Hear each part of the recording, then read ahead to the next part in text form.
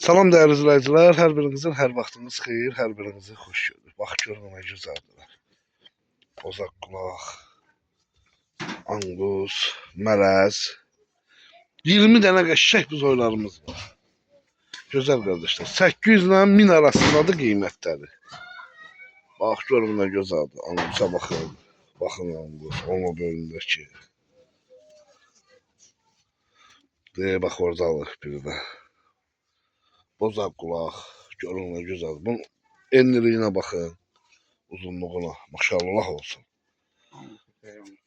Anguslara bakın. Kıvırcık ev özü pramoy. Al özü.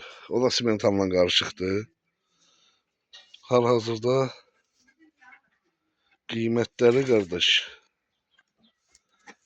800 ilə 1000 arasındadır. 20 dənə.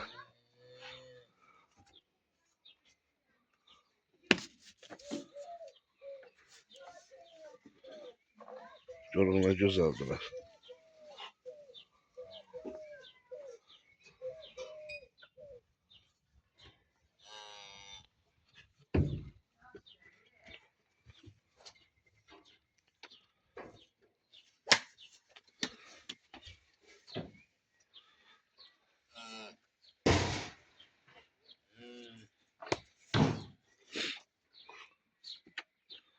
Anguslara bakın.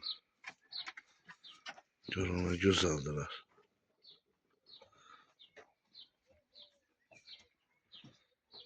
Bozaq qulağa bakın.